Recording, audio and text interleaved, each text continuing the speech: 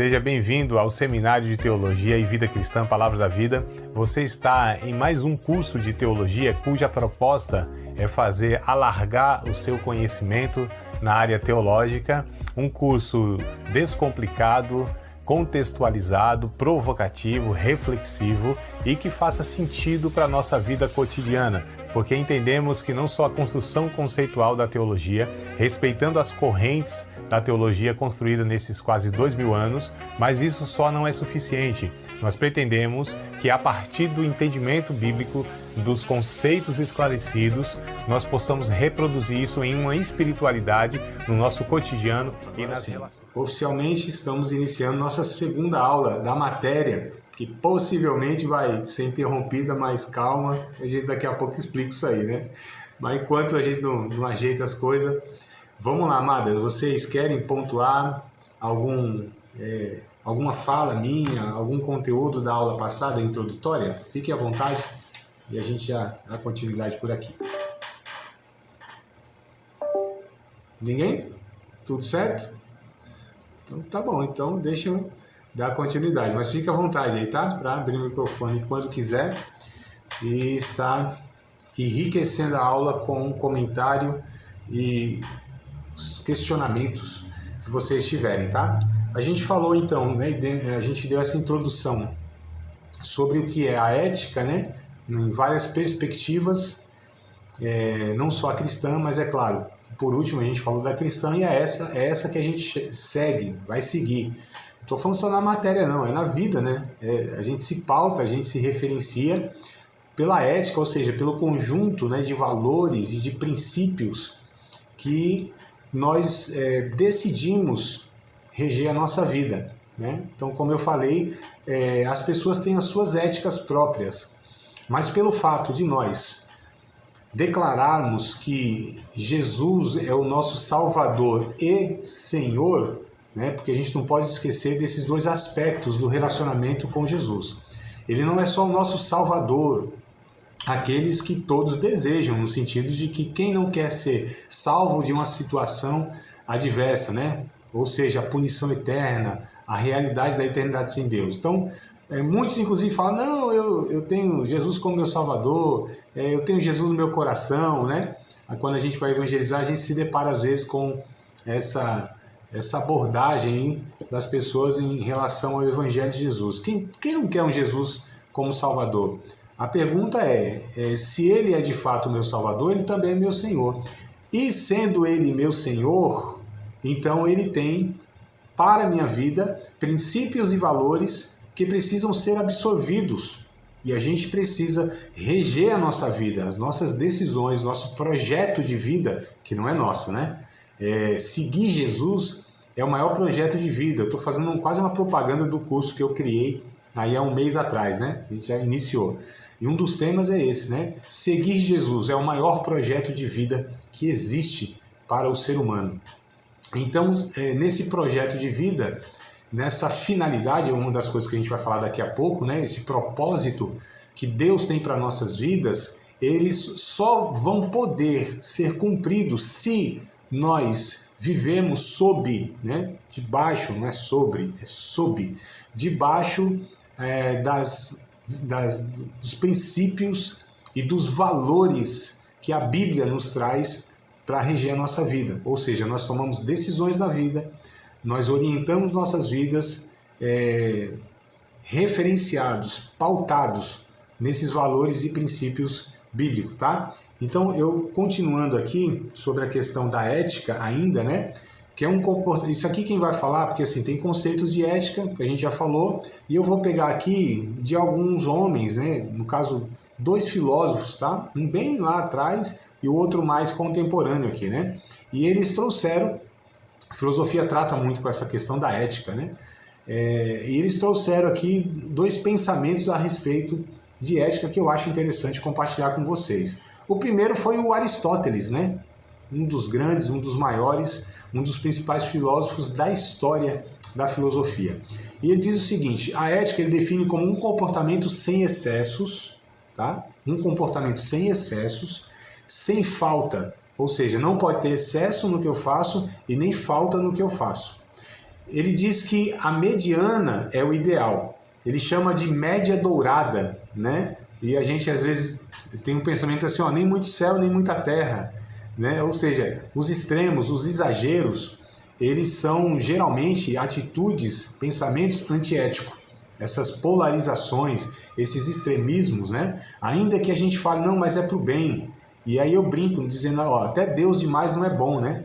Mas lógico, quando eu me refiro até Deus demais não é bom, não estou me referindo a Deus, a pessoa de Deus, mas aquilo tudo que a gente associa a Deus. Então tem exageros na nossa vida que não devem ser assumidos, né? Ainda que a gente fale, não, isso aqui é... Aliás, a Bíblia ela diz o seguinte, o mel é bom, todo mundo concorda que o melzinho é bom, né? Doce, é uma coisa boa. Só que a Bíblia diz, comer mel demais não é bom. Então tudo que é exagero, tudo que é extremo, demasiado, foge aí do equilíbrio. E a ética propõe o equilíbrio nas relações, né? A ética propõe... Deixa eu ver aqui, tem um barulhinho aqui incomodando. Ah, isso aqui não pode ser. A gente não pode jamais fazer algo que traga o desequilíbrio, a desarmonia. Eu acho que eu pontuei isso na aula passada, se não me falha a memória, tá? Porque a antiética, ela causa uma desarmonia. A ética, a finalidade é harmonizar as coisas, né? Fazer com que as coisas sejam, assim, haja uma sintonia, sabe? Uma coisa agradável, um ambiente agradável, um relacionamento agradável, aquilo está ajustado, né? As regras, elas são, via de regra, as regras, via de regra, são estabelecidas justamente para que as coisas andem bem, para que as coisas possam ser organizadas, ajustadas, né? Então Aristóteles traz esse pensamento, ó, nem o excesso e nem a falta. E aí tem outro filósofo mais contemporâneo, né? É o Kant, Immanuel Kant. Ele diz o seguinte, fazemos porque queremos ou esperamos retorno. Então a ética, segundo ele, precisa ser questionado isso, para a gente saber se aquilo é ético ou não. O que nós fazemos? Nós fazemos porque queremos fazer ou porque nós esperamos um retorno, ou seja, a ética nos relacionamentos. Retorno aonde? No ministério, no nosso caso, na família ou na sociedade. Quando eu faço o que eu faço? Faço por conta de um retorno, de um desejo de reconhecimento, de uma recompensa, né? Ou faço porque eu entendo que aquilo deve ser feito, independente do reconhecimento, da aprovação, do aplauso ou do retorno das pessoas. Então percebam, amadas, o que a ética propõe, que a gente possa estar refletindo, né, as nossas atitudes nesses pensamentos, que eu acho algo muito interessante, porque aqui traz as motivações, tá? E a ética não se trata do comportamento pelo comportamento, traz as raízes, as motivações. Por que eu faço o que eu faço? Né? Qual motivação aqui está implicada nisso? Né? Por que eu ajo assim? Por que eu me comporto assim? Por que eu falo assim? Por que eu penso assim? O que está por trás disso? Quais são as origens? Né? Qual é a força motriz que me faz fazer o que eu faço? Aí a gente vai investigando o nosso coração, para saber se a gente, inclusive, está fazendo aquilo que é ético, né? Coloquei aqui outro ponto, que é o seguinte, a ética deve tratar também da teleologia, preste atenção, não é teologia, tá? A palavra parece ser igual, mas é diferente, ó. A ética deve tratar também da teleologia, tá? Então, a ética deve tratar da teleologia, não é teologia, é teleologia, né? E o que quer dizer isso, né? Vem da palavra aí do idioma grego, né? Telos. Telos quer dizer finalidade, né? Ou seja, a finalidade das coisas, né? Por que e para que somos? Por que e para que somos? Então é algo que a gente precisa estar pensando nessa questão da ética, tá? A finalidade das coisas. O que é ético? Ético é quando eu faço algo que cumpriu o seu propósito, atingiu o seu alvo.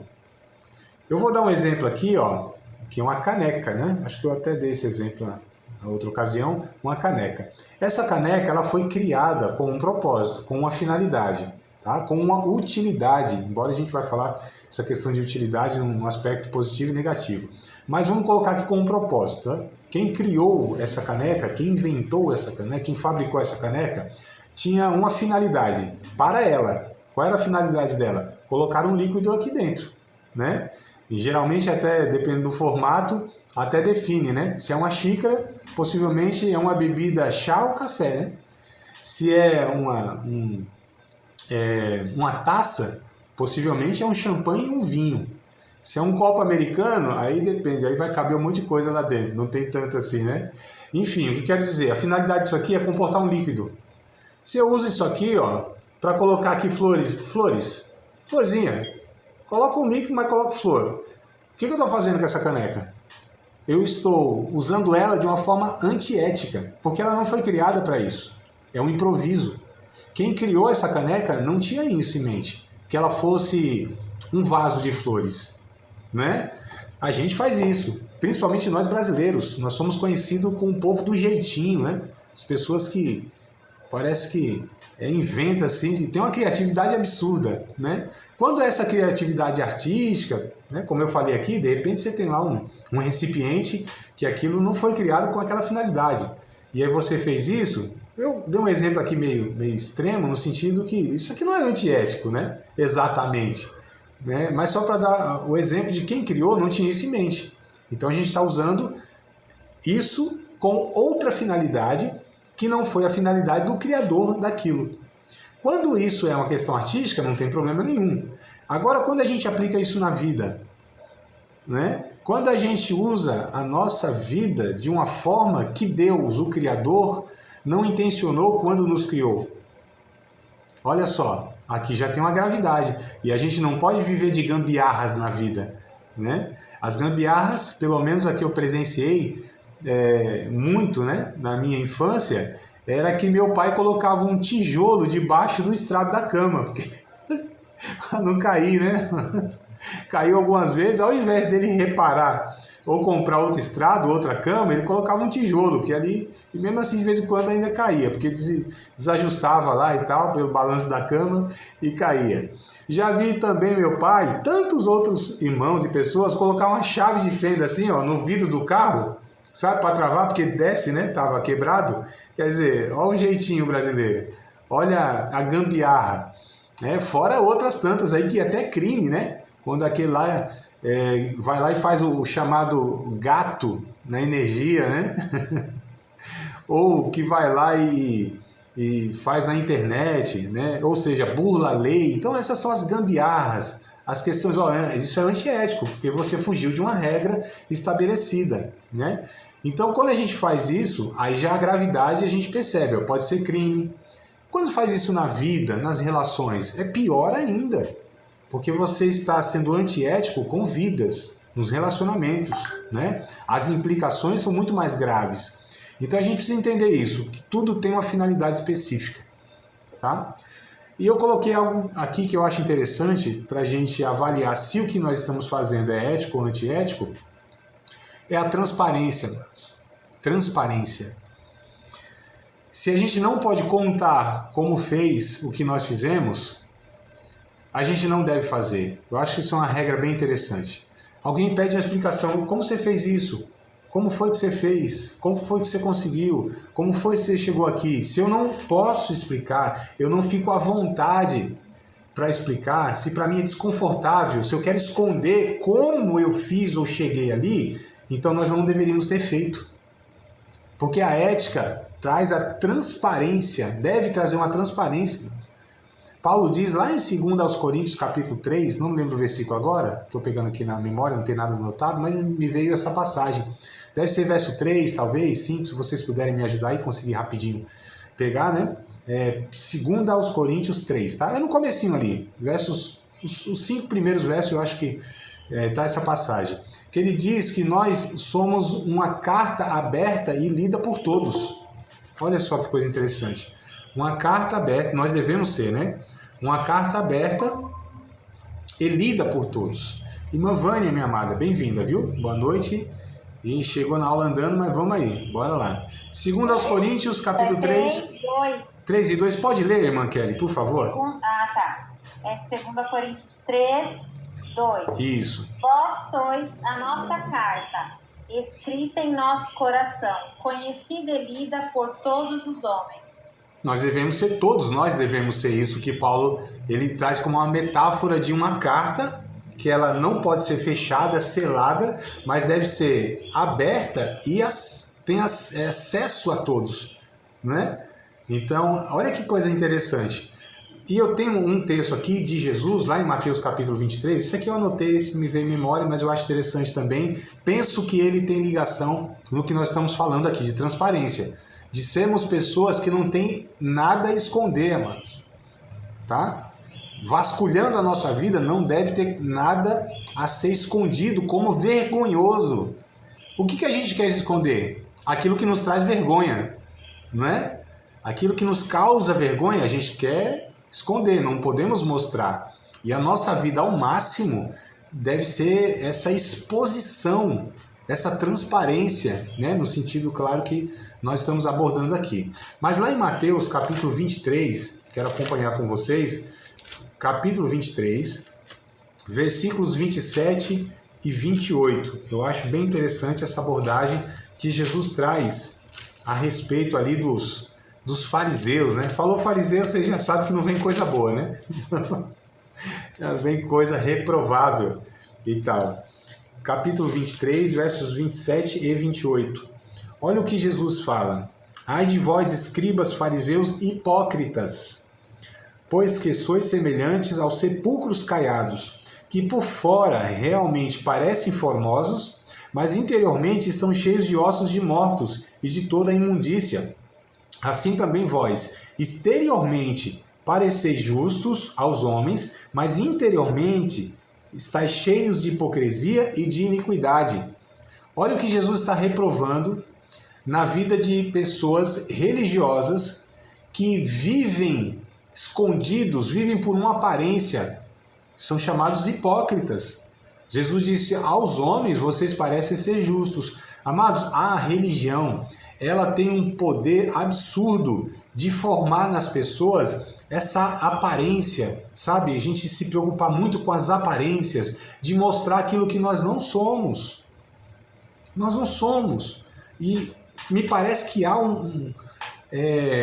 como eu vou dizer, todo um teatro armado nas nossas convivências de comunidade. Estou falando entre nós, amados. De mostrar sempre algo, sabe, positivo. A gente tem muita dificuldade de contar nossas fragilidades, né? De confessar os nossos pecados, de nos mostrar na humanidade que nós somos. Nós não somos anjos nem semi-anjos. Nós não temos uma super espiritualidade. E assim, pastores, líderes, pregadores, né, pessoas que estão em destaque, parece que tem mais dificuldade ainda, porque pensam, né?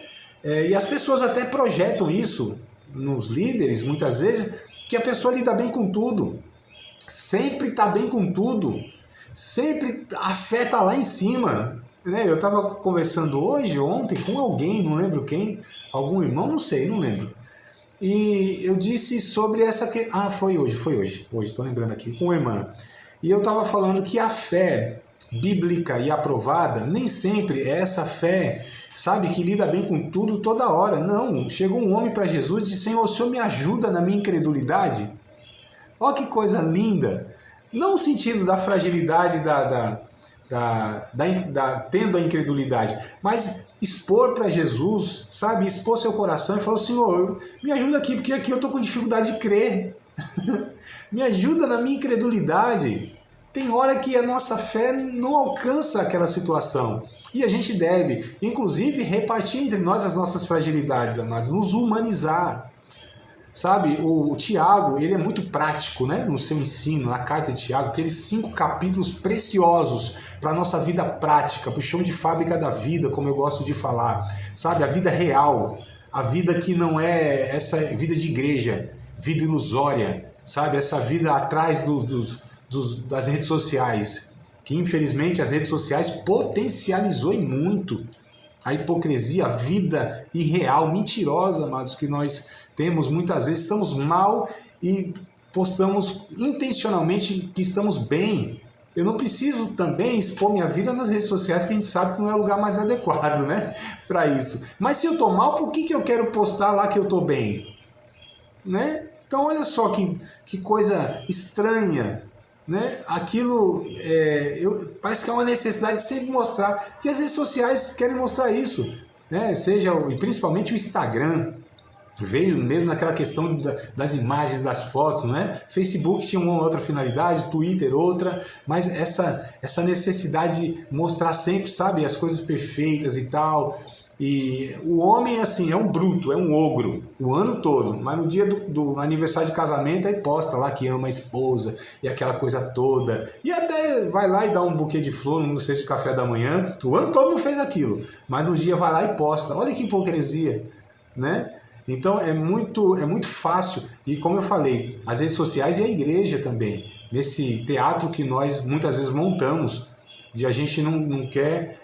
um dia, me lembro... tem essa prática, né? Muitas igrejas têm essa prática, chama na frente, vai orar e tal, né? Você tá aí com dificuldade e tudo mais. E eu já era pastor, né? Fui lá na frente, lá dobrei meu joelho. Eu acho que os irmãos ficaram meio assim, e aí, o que a gente faz? Nem por mim no horário.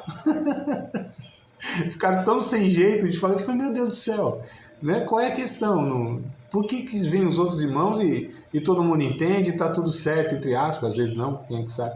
Mas assim, sabe, qual é o problema de nós falarmos?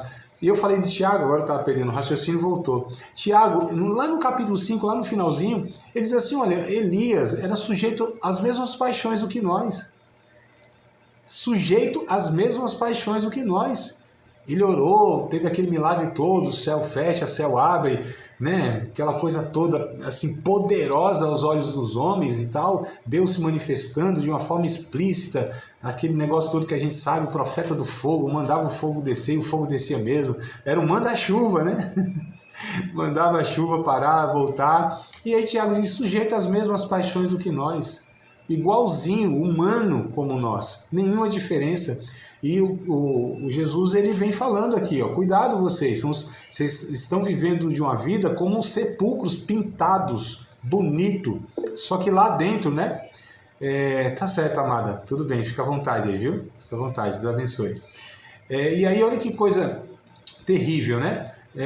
Essa disposição que muitos de nós têm de criarmos um comportamento e uma vida onde não haja transparência. Aqui ainda no capítulo 23, vamos voltar um pouquinho, versos 25 e 26, capítulo de Mateus, tá? 23, só que agora versos 25 e 26. Ai de vós, escribas e fariseus hipócritas, pois que limpais o exterior do copo e do prato, mas o interior está cheio de rapina e de iniquidade. Fariseu cego, limpa primeiro o interior do copo e do prato, para que também o exterior fique limpo. O que Jesus está ensinando com essa metáfora aqui de lavar o prato, lavar o copo? Porque é o seguinte, quando a gente começa pelo interior, lá por dentro, limpar lá onde de fato, né, o negócio se origina, por assim dizer, o exterior, a tendência, o natural é que limpando dentro, fora vai se limpando, porque foi de dentro que a gente começou, da raiz. Quando se preocupa muito com a aparência, o fora, lá dentro, né, não é alcançado. Porque a gente se preocupa com as aparências, com as superficialidades e com as exterioridades, com a performance que a gente vai mostrar para as pessoas. Então, muito perigoso isso, porque isso vai gerando uma hipocrisia, que é o que Jesus aborda aqui. Vocês são hipócritas. Vocês são hipócritas. Quem eram os hipócritas? Até no termo aqui, né, da origem da palavra, hipo, de baixo, crises ou critas, era a máscara que se usava no teatro. A máscara de cera, né, porque até hoje, né, o símbolo, pelo menos no Brasil aqui, não sei se é mundial isso, mas no Brasil tem o símbolo do teatro, que são duas máscaras, uma sorrindo e outra triste, né, é a comédia e a tragédia. Então aquela máscara lá representa de fato o teatro, quando surgiu lá entre os gregos, os romanos, que eles usavam máscara de cera para representar um personagem, colocava a máscara de cera, né? E aí vem essa palavra, né? Debaixo da máscara, que é hipócritas. Hipócrita é debaixo da máscara, ou seja, mostrando aquilo que ele não é, o rosto que não é dele. Vivia com máscara. Tem uma palavra que essa é a negativa. Tem a positiva, que quer dizer a mesma coisa, só que ela é positiva. Por exemplo, sincero. A palavra sincero também vem dessa raiz, né, etimológica que a gente chama, que é sem cera. Sincero é sem cera. Que cera? A da máscara, que era a máscara de cera que se usava. Então, quem é uma pessoa sincera, sem máscara? Quem é uma pessoa hipócrita, que vive debaixo da máscara? Né? Que um é positivo, outro é negativo. Então, precisamos ser sinceros na nossa forma de viver, tá? Então, a gente vai aqui abordando a ética, tendo, né? Se nós queremos e devemos, como servos de Cristo, viver eticamente, nós precisamos ser pessoas sinceras e não hipócritas. Não que representamos, né? Escondemos os nossos pecados. É claro que a gente não vai ventilar, jogar nas redes sociais nosso pecado, nossas falhas. Eu digo que a gente precisa ser sincero, a gente precisa ser honesto. Então eu não preciso ficar falando aí das minhas falhas, dos meus pecados, mas também não preciso demonstrar algo que não é real na minha vida, né? Olha o equilíbrio que a gente deve ter. E eu quero falar sobre ética nos relacionamentos, tá? Então a gente vai chegar agora, de fato, naquilo que mais importa pra gente, no sentido de que como a gente lida, como a gente convive, como devem ser os nossos relacionamentos na ética cristã. Vamos pegar um texto de 1 Timóteo, capítulo 4, versos 11 ao 16. 1 Timóteo, capítulo 4, versículos 11 ao 16. Quero pegar esses textos com vocês para que a gente possa extrair, né, aqui alguns conselhos éticos, né, para a nossa vida. 1 Timóteo, capítulo 4, versos 11 ao 16. Ou seja, comportamentos que nós devemos ter para vivermos sob a ética do Evangelho, tá? Diz assim, ó, 1 Timóteo 4, 11 e 16. Manda estas coisas e ensina-as. Ninguém despreze a tua mocidade, mas sê exemplo dos fiéis, na palavra, no trato, na caridade, no espírito, na fé e na pureza. Eu acho até que eu vou dar uma pausa por aqui. Vou até o 16, mas calma aí, vamos devagarzinho para a gente extrair o que nos interessa, que são de fato aqui os ensinamentos, né? Então, olha o exemplo que nós temos que ser, e exemplo aqui é dos fiéis, tá? Exemplo dos fiéis. Na palavra. O que quer dizer isso aqui, ser exemplo na palavra? Como se fala? Como nós falamos? Né? Respeito, gentileza, educação. Isso é ética cristã, tá? Isso é princípio cristão.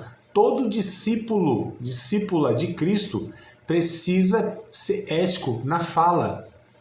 Podemos ser duros, incisivos, enfáticos no que falamos? Podemos.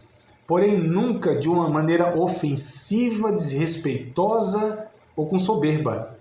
Nossa fala deve ser um exemplo. Como nós falamos, né? Não é nem sempre o que falamos, mas é como nós falamos. O como faz diferença.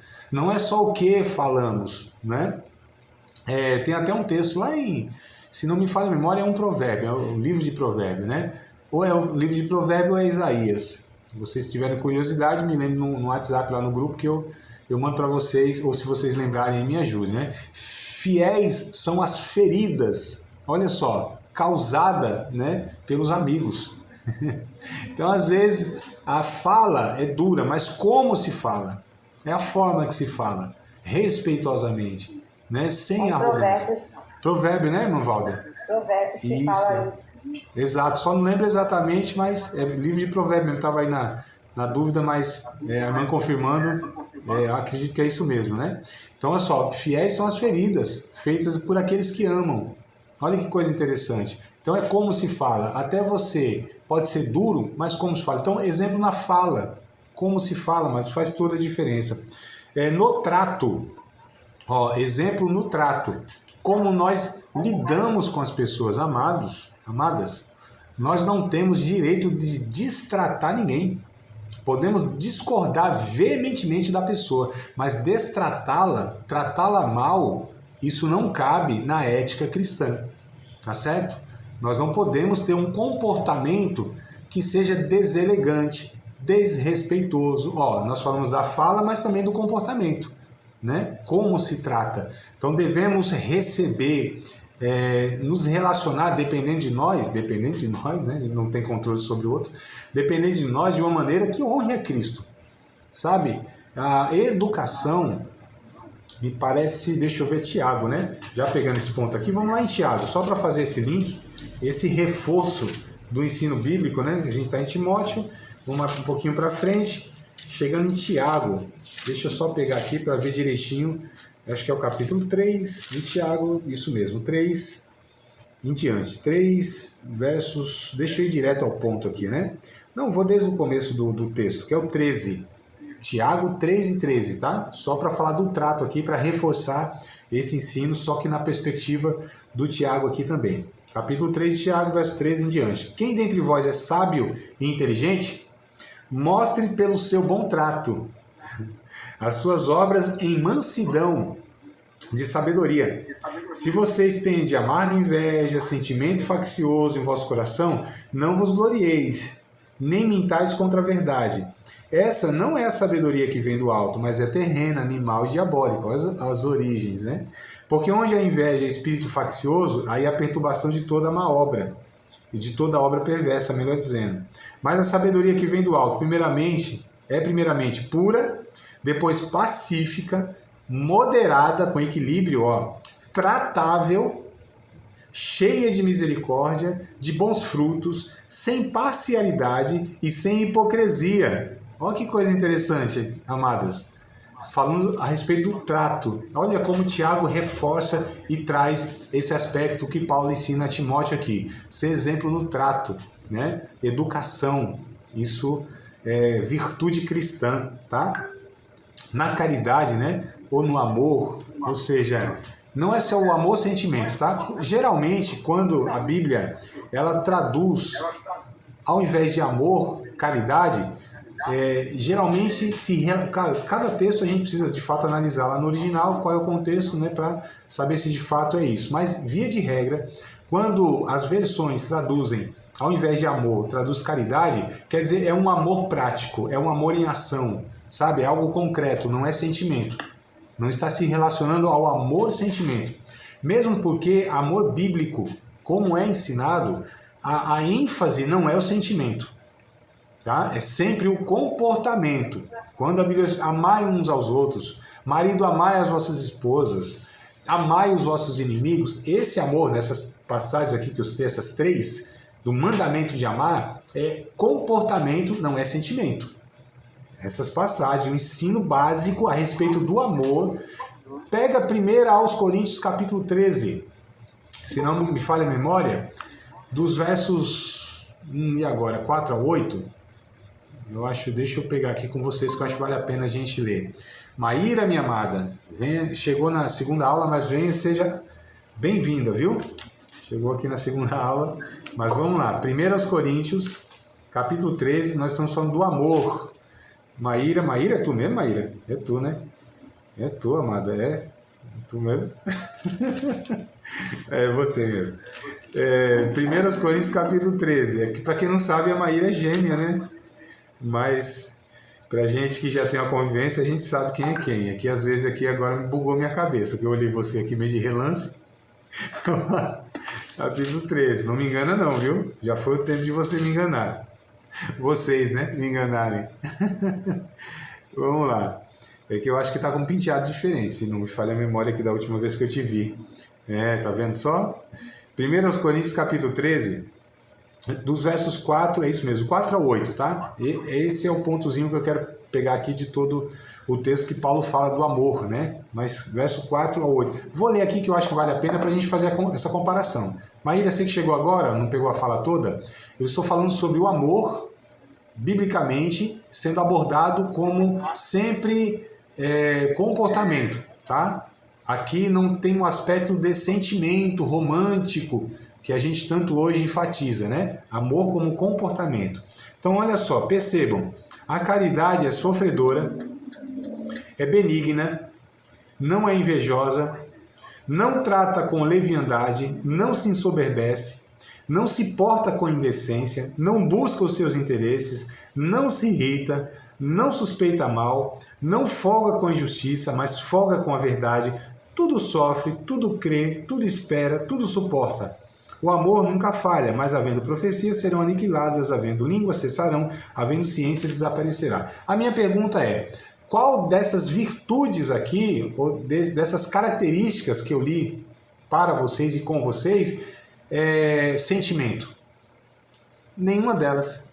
Todas elas são comportamentos. Olha só que coisa interessante, na descrição de Paulo a respeito do amor, ele traz as características comportamentais, não sentimentais nem emocionais. Perceberam, amadas? Então, eticamente, nós somos convocados a estar, primeiro, olha só, falando de uma forma ética, tratando de uma forma ética e amando com um comportamento que é o ético. Falando, André, mas tem possibilidade de amar sem ser eticamente, sem ser ético? Depende. Do conceito que nós temos de amor hoje, as pessoas dizem que amam, mas se comporta o contrário ao amor. É por isso que a gente fala, isso aqui não é amor. Dizem que ama, mas quem ama, por exemplo, não se irrita contra o outro. Quem ama, por exemplo, não é soberbo em relação ao outro. Quem ama, por exemplo, não trata o outro com leviandade. Quem ama, por exemplo, não é intolerante a respeito do outro. Nós falamos que amamos, mas nós mostramos o contrário. Então a Bíblia vem aqui para falar, não, vocês não amam. Se comportam dessa forma, vocês não amam. Então a conclusão que nós temos de amor hoje é muito diferente do que de fato é o amor bíblico. E só existe um amor, que é aquele que a Bíblia ensina. Não existe outro amor. Só existe um amor, não existe o amor de Deus, o amor de mãe, né? A gente fala muito dentro das nossas igrejas, existe o amor ágape, o amor fíleo, o amor eros, o amor storge. Não, amados, isso é balela. Diferenciar o texto grego, o idioma grego não traz. Eu sei que muitos falam isso, mas quando nós estudamos o idioma, a estrutura da língua grega, são palavras de fato diferentes, que elas são traduzidas para o português como amor. Elas são diferentes lá, mas como, por exemplo, nós temos no nosso idioma, em qualquer idioma, palavras que elas querem dizer a mesma coisa, só que elas são diferentes na fala.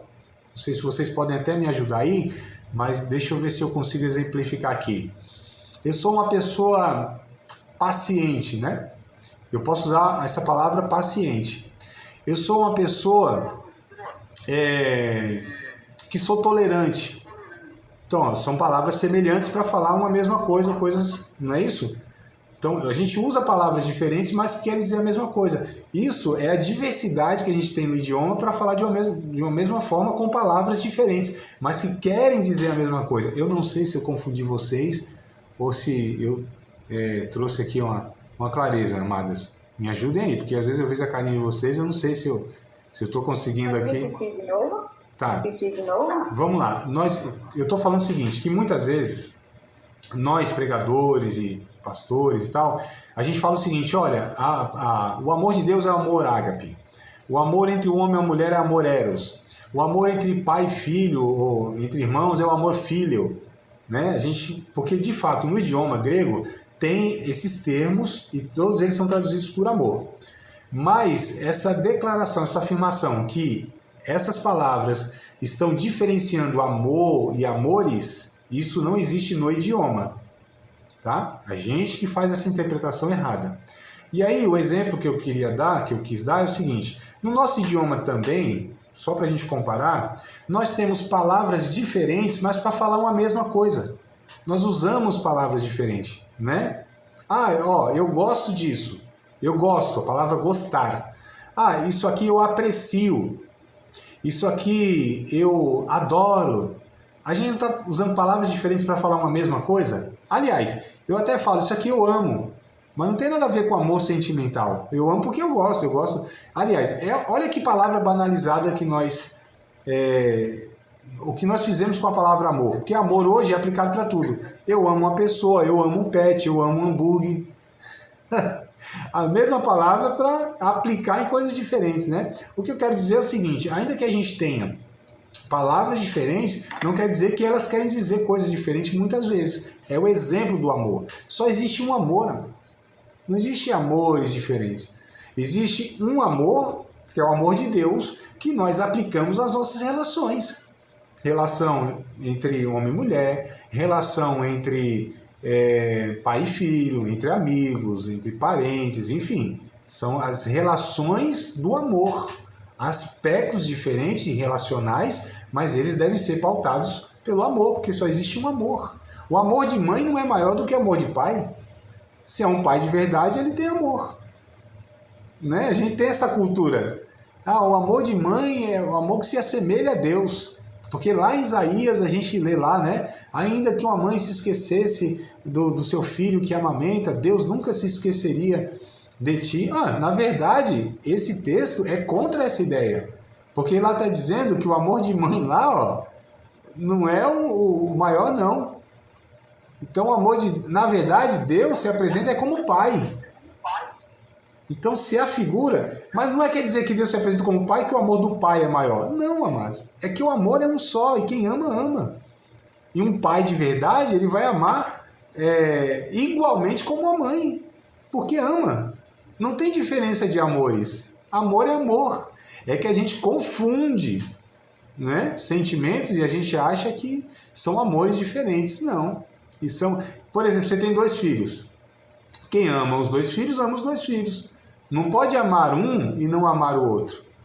Né? Você pode ter relacionamentos diferentes no sentido de que esse aqui carece de algumas atitudes que esse aqui, ou de uma atenção que esse aqui não carece tanto. Então, não se pode amar 2 filhos com amores diferentes.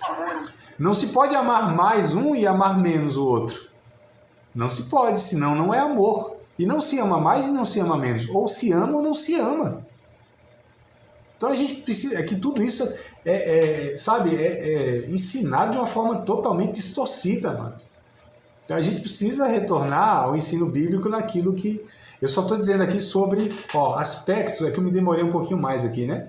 Mas a gente precisa tratar as pessoas com amor, tá certo?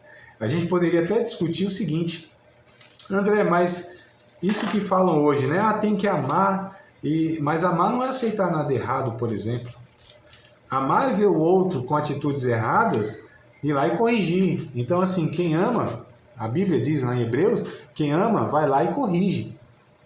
Porque quem não é corrigido não é amado. Quem ama de verdade vai lá e quando vê o outro no erro, vai lá e repreende, corrige. Né? Então você vê a pessoa indo para o abismo. Eu amo essa pessoa, não vou falar nada que pode ofendê-la, que pode entristecê-la. Calma aí, mas se eu amo, eu não vou deixar essa pessoa se perder indo para o abismo. Então a gente confunde muito hoje o que é o amor. Amor é aceitar tudo, inclusive aquilo que prejudica a própria pessoa. Não faz sentido isso, né? Tem um texto lá de Apocalipse, capítulo 3, que Deus diz assim: eu amo, eu castigo e repreendo a todos quanto amo. Então olha o conceito de amor. Repreende-se e até pune-se aquela pessoa porque ama. Porque se não amasse, deixa ela no erro. O final dela vai ser trágico. Mas como eu amo, eu vou interferir nesse processo da caminhada dela para o abismo. Então é por isso que hoje nós amamos e nós apontamos no sentido de que alertamos e advertimos. Você está indo num caminho de morte. Eu quero o seu bem. Eu te amo, eu estou vendo que você está indo para um caminho que vai te afastar de Deus ou que vai te levar para a eternidade sem Deus. Então a gente tem que retrabalhar tudo isso, né, amados? Mas vamos lá. Voltando lá em 1 Timóteo, capítulo de número 4, que nós estávamos, no verso 12. Então eu falei sobre ser ético na palavra, no trato, no amor, no espírito, né? Na disposição. Espírito, entenda aqui, não como espírito, entidade, essa parte material, não. É ser exemplo na disposição, tá? No ânimo, né? Espírito, quer dizer, nesse texto quer dizer ânimo. Tá? Se tiver alguma versão aí diferente do que a minha, até me ajudem aí para a gente trazer uma explicação aí. Mas precisamos ser pessoas... Tem diferente aí, amadas? Vocês estão, de repente, com versões... Tragam aí, a gente acrescenta, agrega aqui, tá? Mas ser exemplo no espírito, né? Na disposição, tá bom? Também é comportamental. Perceba que tudo aqui é comportamental. Tudo aqui remete ao comportamento, né? Então, no espírito, na disposição, tá? No ânimo pronto, por assim dizer. Também na fé, ser exemplo na fé. Fé como fidelidade também, amados. É bem interessante que a Bíblia, né, no seu idioma grego, que a gente está falando bastante aqui, recorrendo bastante ao idioma grego, que é o original do Novo Testamento, a palavra fé é pistis, né? Pistis. E essa palavra pistis, ela pode ser tanto traduzida no nosso idioma como fé ou fidelidade, tanto faz, né? Fé ou fidelidade. Porque no conceito do idioma grego, quem tem fé é fidedigno.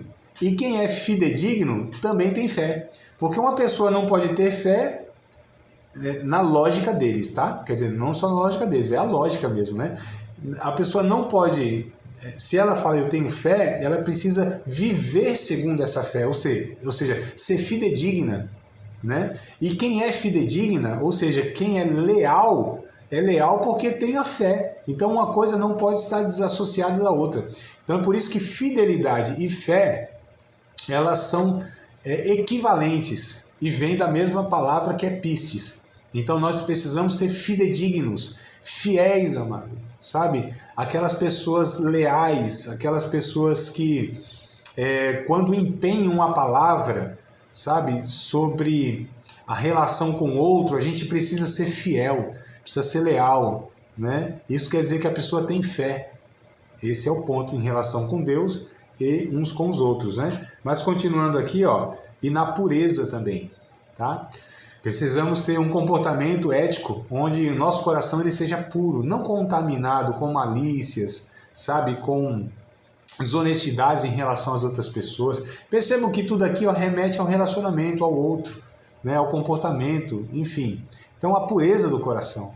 A gente não pode falar uma coisa e sentir outra.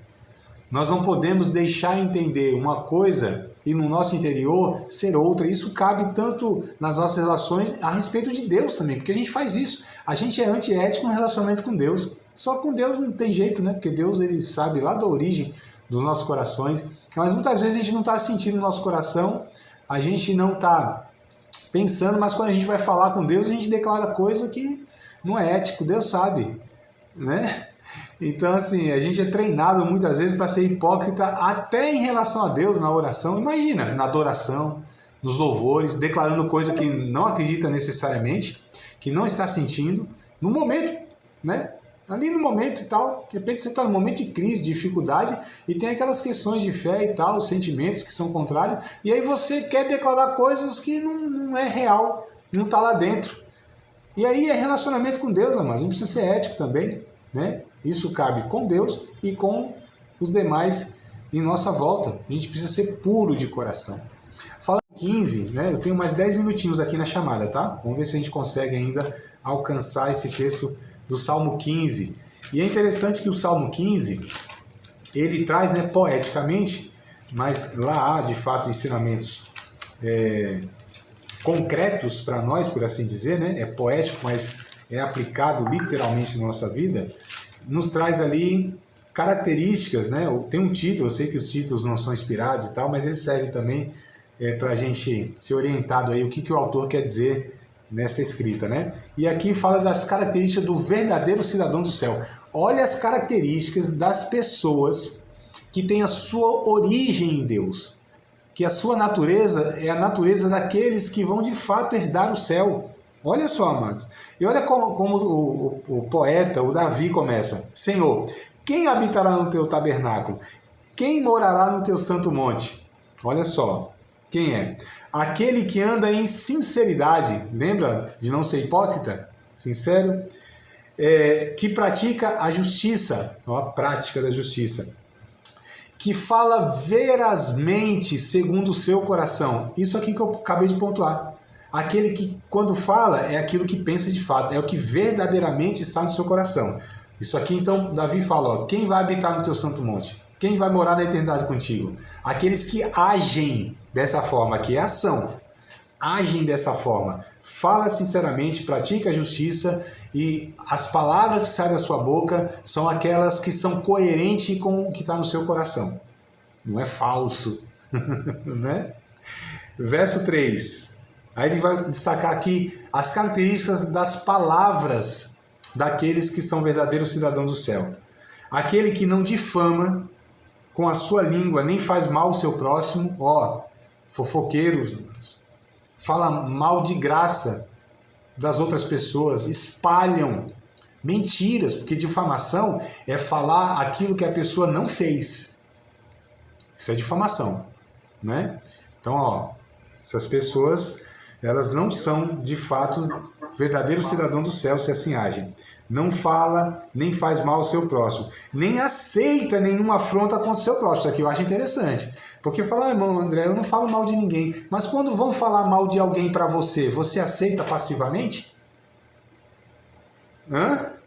Aqui talvez pegou, né, alguns, né? Eu não falo mal dos outros. Mas quando vem difamar as pessoas, falar mal das pessoas para nós, será que nós damos ouvidos, alimentamos aquilo, aceitamos passivamente ou a gente interrompe isso? Falou, opa, calma aí, não aceito. Sendo verdade ou não, amados, não cabe a nós alimentar e impulsionar, passar para frente essas coisas. Cabe a nós interromper. Chegou em nós a má notícia, a difamação, a calúnia, enfim, a fofoca, em nós aquilo tem que parar, né? Então, ação, palavra, atitude, vai do verso 4. Aquele cujos olhos o reprobou, quer dizer, o malvado, nessa palavra aqui talvez esteja na maioria das nossas versões, é o malvado, tá? Aquele cujos olhos, o malvado é desprezado, mas honra os que temem ao Senhor. Aquele que mesmo que jure com dano seu não muda. Então, há duas atitudes aqui, do verdadeiro cidadão do céu, de quem eticamente, né, de uma forma ética, bíblica, se comporta, tem atitude. Qual é? Primeiro, ele não respeita a pessoa má, sabe? Pode ser quem for, pode ser pessoas importantes socialmente, gente que tem algum poder social, enfim. A gente, se a pessoa é maligna, se é maldosa, a gente não respeita essa pessoa. Não há admiração, não há respeito. Lembra que a gente precisa ser sincero? Então a gente não deve dar a entender com essas pessoas más que a gente aprova, né? As atitudes dela. E aquele que mesmo que jure com dano seu não muda. Ou seja, empenhou a palavra, olha o que é ética. Empenhou a palavra, aí vou ter prejuízo. Aí eu volto com a minha palavra. Fala, não, mas você não empenhou? Você não deu a sua palavra? Não, aí você viu que ia ter prejuízo financeiro de outra forma? O que a pessoa faz? Ela desfala. Isso é antiético. Foi o tempo, né, amadas, que a palavra valia alguma coisa, né? Hoje, as pessoas com documento, reconhecimento em cartório ainda quer voltar atrás. Mas a Bíblia diz, não precisa disso. Por que se precisa de todos esses negócios aí? Reconhecimento em cartório, contrato. Por quê? Porque a palavra já não é mais suficiente. Mas nós, cristãos, discípulos de Cristo, precisamos, amados, que a nossa palavra seja suficiente. Jesus disse, a palavra de vocês seja sim, sim e não, não. O que passa disso é de procedência maligna. Ou seja, sim é sim, não é não. O sim não pode se tornar não e o não pode se tornar sim dependendo do prejuízo. A Bíblia diz, ainda que jure com dano seu, ainda que empenhe a palavra com dano seu, não volte atrás. Foi precipitado? Aí fala das finanças, olha como a ética alcança todas as áreas da nossa vida. O verso 5 vai falar das finanças, como a gente age com ética nas finanças. Aquele que não empresta o seu dinheiro com usura. O que é a usura?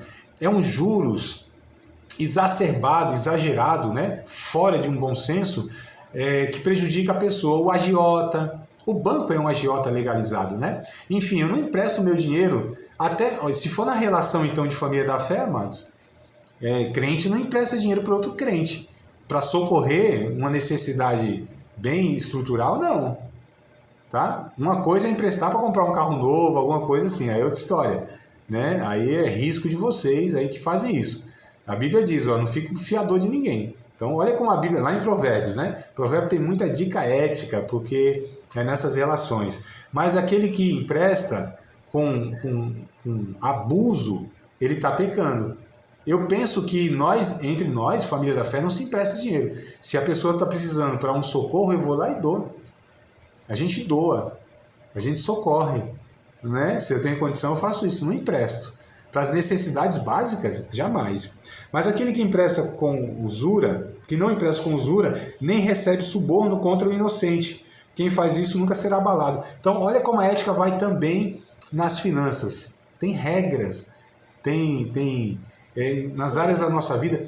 A ética cristã alcança todas as áreas da nossa vida. Acabou de participar de mais uma aula de um dos nossos cursos, Seminário de Teologia, Vida Cristã, Palavra da Vida. Espero que tenha te abençoado, não só alargado o seu conhecimento teológico, mas que tenha também atingido o teu coração para que você possa, a cada dia mais, reproduzir a vida de Deus nas suas relações cotidianas. Se você ainda não é aluno oficial de um dos nossos cursos, se inscreva aqui no contato que vai aparecer do WhatsApp. Também nos siga nas redes sociais, se inscreva no nosso canal, compartilhe à vontade e Deus